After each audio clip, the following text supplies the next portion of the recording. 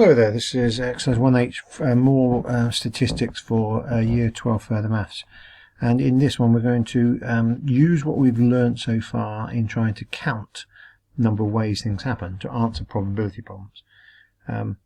Let's have a look at a few anyway. The letters A, B, C and D are arranged in a straight line. How many different arrangements are possible? Well, as soon as I see this I think to myself, just 5 letters, that's 5 factorial. What's that? 120. And how many of these arrangements are the A and the B next to each other? We've seen these, haven't we? So notice both of these questions, by the way, there's no probability involved. It doesn't say probability until there. But we'll have a look at that in a bit.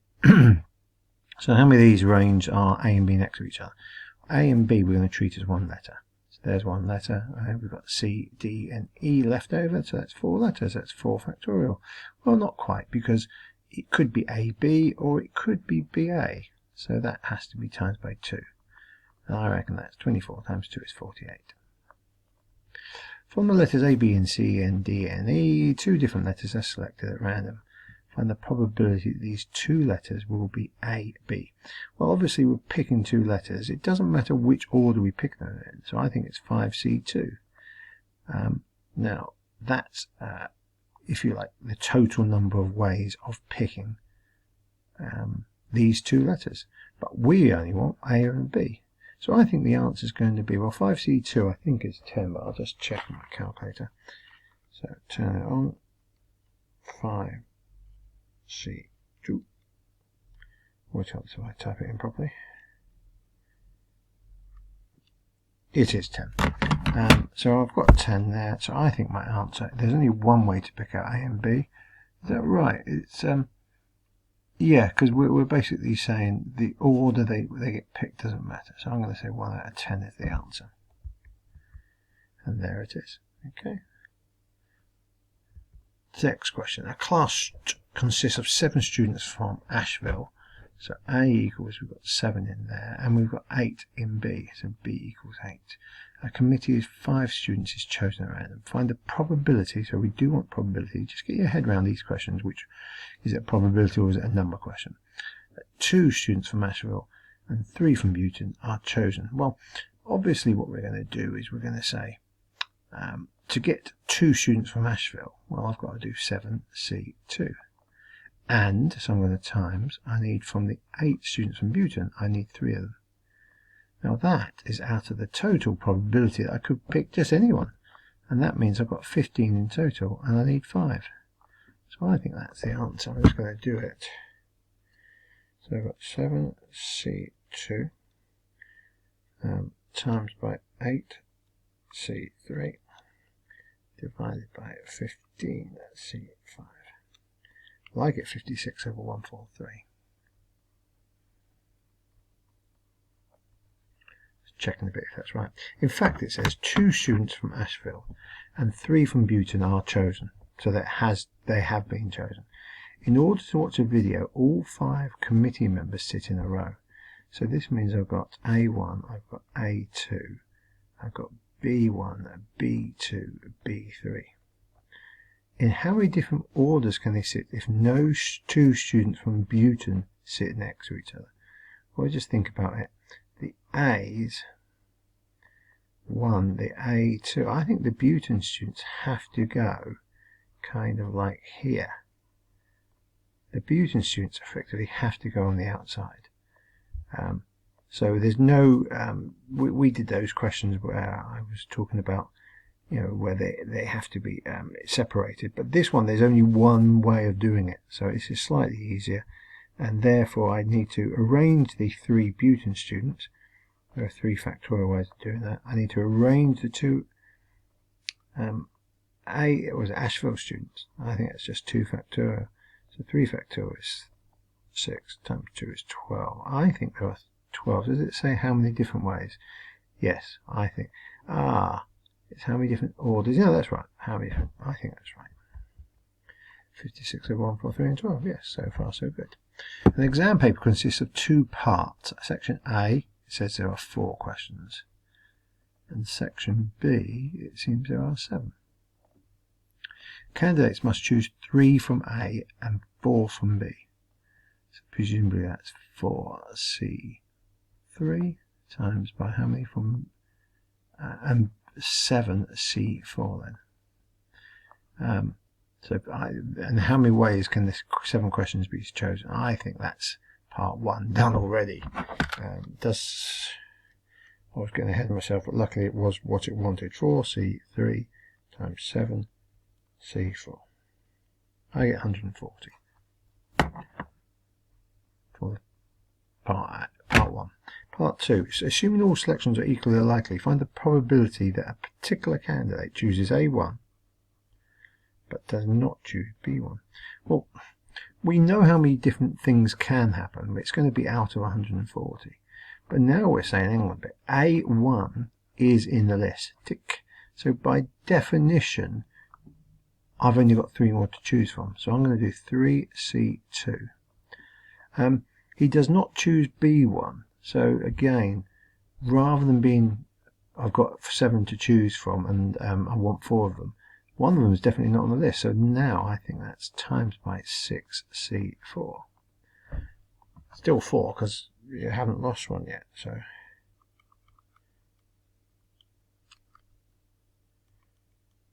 and what is it? It's 3C2 I want. So 3C2 times by 6C4, I get 45. Assuming I've typed that in properly. Therefore, I get for my probability 45 over the 140, which I can presumably cancel down. I get 9 over 28. Okay, we'll check that answer in a bit. So I've got 2 answers so far. That's part 2. This was part 1. Following a change of syllabus, the form of the exam remains the same, except that the candidates who choose question A1 are not allowed to choose B1. Alright, it doesn't say they have to choose A1, so they either pick A1, tick, but therefore they can't pick B1.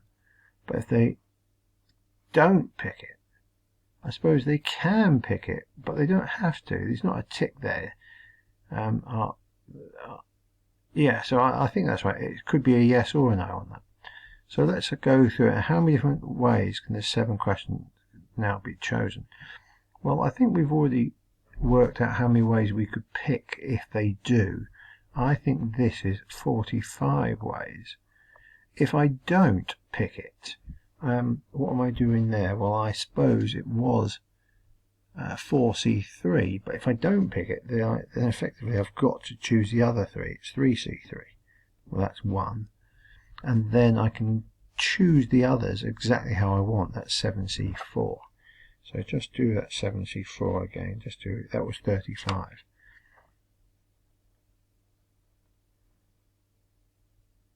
Is that done right? 4.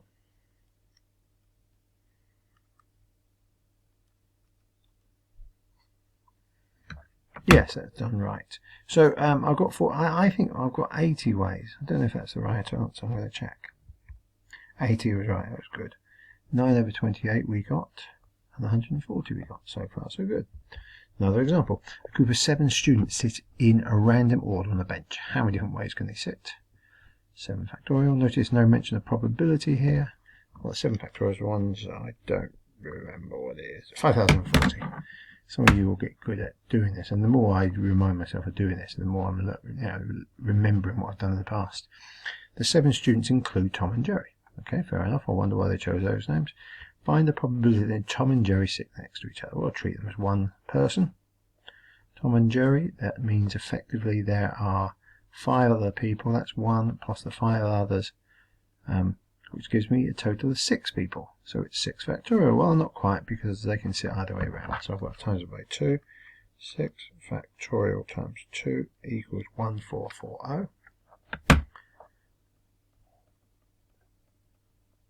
Now it does say find the probability, and this we've got to be careful of. I quite easily could have stopped there. But of course it's 1440 out of the original number of ways.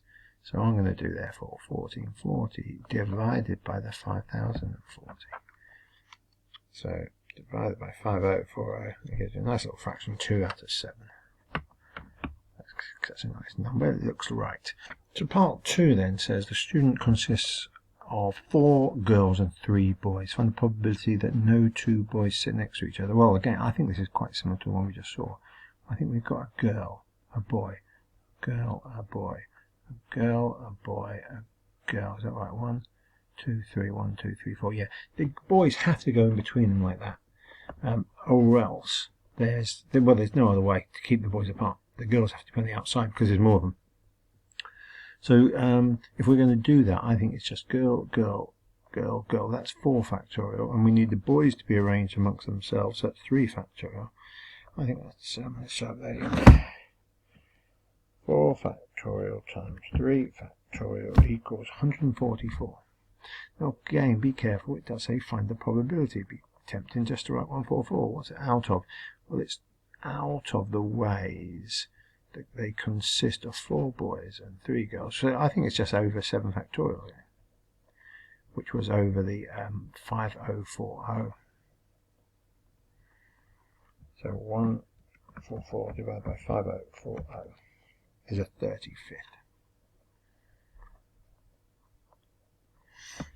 What's the probability that all 3 boys sit next to each other? Again, well, the boys are just one mass, if you like, one person, then we treat them like that. Girl, girl, girl, girl. So on the face of it, it's 1, 2, 3, 4, 5 people.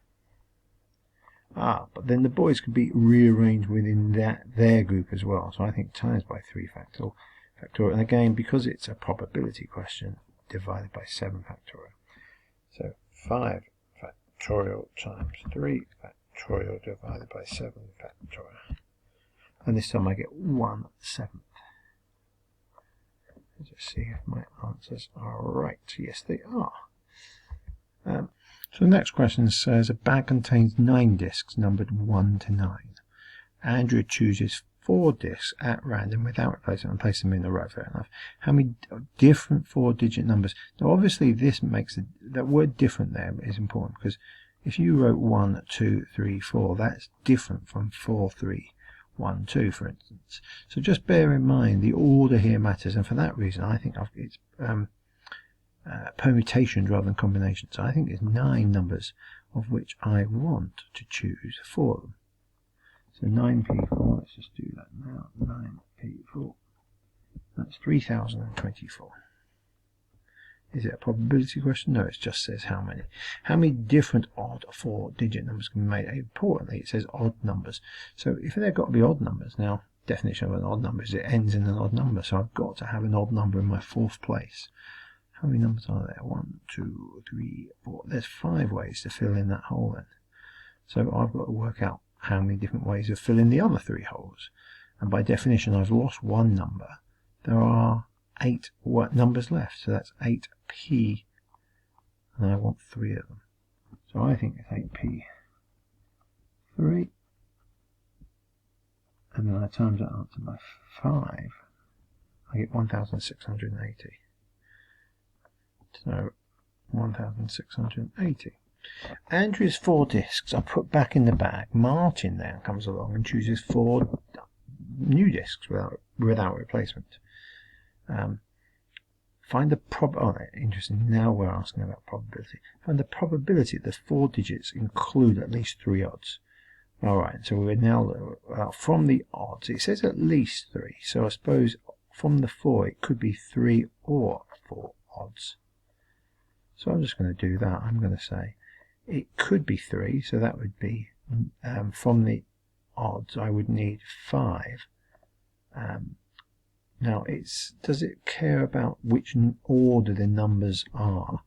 No, I don't think it does. It just chooses them. So I'm going to go 5c. I want 3 of them. But if I pick 3 of them, by definition of the 4 evens, I must have 1 of them. Times 4c1. Or I could have all 4 odds. Well, that means I could do 5c4, but then I'm not allowed any of the evens. 5 times by 4c0. Now that is 45, so I obviously have to do 45 divided by the probability of picking, well, from any one, 9c4. And that equals 5/14. Now I haven't got time to finish off, so see if you get 1/63 for that question, and then we're in class going to look at exercise 1H, and that's the end of this little video. So fingers crossed that's okay.